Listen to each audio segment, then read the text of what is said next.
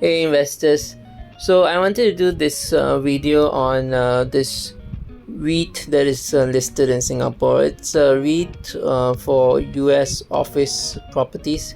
So it's called Manulife Real Estate, and you can see the ticker on the screen. So what's interesting about this is, it's currently trading at a dividend yield of about 38.2%. The trailing dividend yield is 38.2%. So last week, this stock fell, I think, more than 32 or 33%. So what's going on with this stock is that basically there's a limit of 50% for your gearing, or which is basically how much debt you have to your total assets. So this REIT breached that limit, so it crossed into 57%. So that's not the bad part actually, because that probably is not a technical. It's technically not a breach because it was due to devaluations in the assets it holds. But what is the bad part is that it has breached some financial covenants in its loan agreements with banks. So, from what I read, it was a very minor breach, but it's still a breach nonetheless.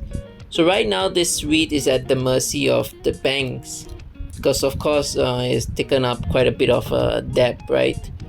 So, if the property prices continue to go down, it will be even in bigger breach of those financial covenants.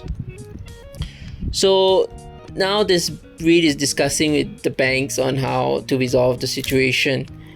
So it may have to sell properties, it may have to even stop distributions, and if it stops distributions, then it may lose its tax exempt status, because right now Singapore investors don't pay any tax on the dividends they receive from this REIT. So there could be other consequences, and I think the other one is that if it doesn't reach a deal because it has breached the financial covenant, then it has some interest swap agreements, I think, which allow it to have a fixed interest rate on a percentage, I think about 70+% of his loan. That could also be in jeopardy, and so it may have to start paying higher interest as well. So there are a number of things that could go wrong if the negotiations with the bank don't go well. But still, this seems like an attractive asset to me. I mean, I'm down on my position, as you can see also on the screen.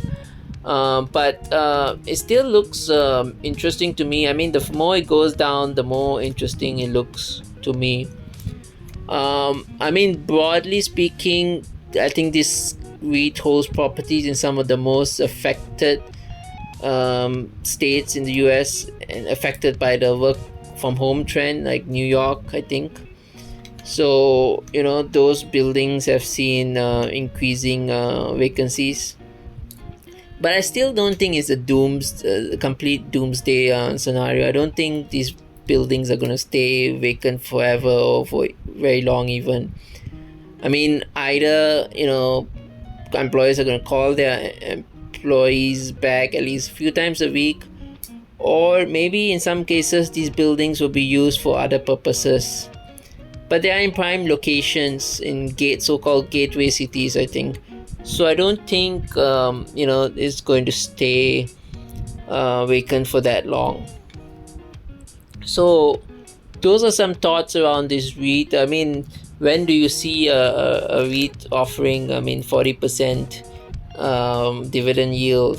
And I know the dividend could stop at least for a while until it gets its financial house back in order, or at least it can reduce its the gearing ratio or something like that, and not be in breach of those financial covenants.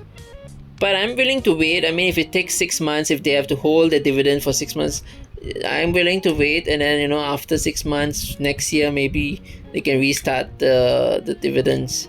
And I think by then interest rates should also go down, so their costs will be less, right? And maybe economic activity will go up, and also maybe that will bring more people back to the offices, or to the cities in general. So that is the summary of this um, REIT. There is another REIT that I want to talk about as well. That's Prime US REIT. So that is trading at a dividend yield of 36%, as you can see. But this REIT doesn't have the same kind of problems that Manulife REIT has. I mean, maybe some of the property is also in some similar cities that have been affected, but I think it's more diversified from what I know. I think they even have some properties in the so-called Sun Belt region where vacancies are not that high.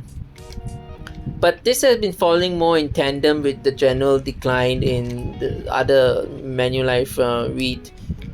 So this one, I think the gearing ratio is about 42% at the last reporting period. It might go down another 10%. It might come close to 50%. It might even breach 50%. But it's likely, I think, it won't be in breach of those financial covenant, those loan covenants. So this doesn't have the same kind of risk as the other one, but this is also trading at a very high, extremely high dividend yield, 36%. And as with Manulife, the important thing is that those distributions must not go down dramatically. With Manulife, there's a risk it might go down a bit because of the higher interest rates, and they might lose their fixed rates. But for this one, I don't think that will happen. So this one seems even more attractive than Manulife.